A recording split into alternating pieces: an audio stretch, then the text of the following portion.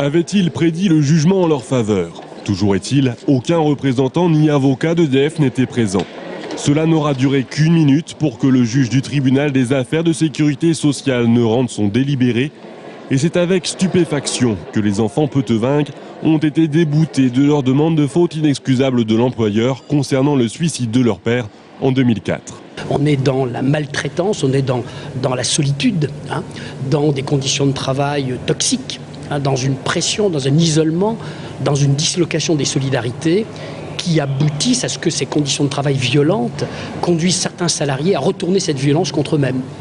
Et donc, on est quand même dans des conditions de travail, dans une organisation du travail qui est à l'origine du décès de M. Poetevinck.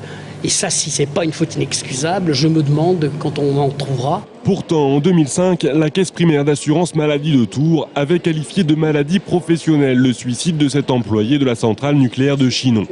Mais aujourd'hui, le tribunal a pris en compte les arguments de l'entreprise qui, lors de l'audience en novembre dernier, avait contesté toute faute en estimant qu'il existait d'autres facteurs pour expliquer le suicide. L'association Accueil, Suicide et Dépression Professionnelle qui soutient la famille est consternée. Actuellement, cette direction continue à ne pas entendre des alertes.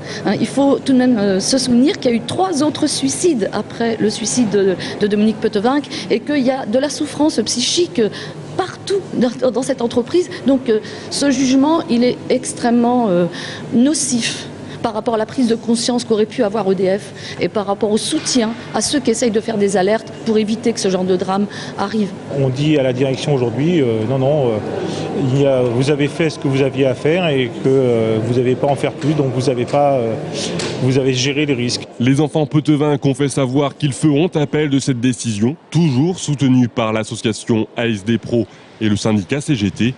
La décision de justice sera donc remise devant la Cour d'appel d'Orléans.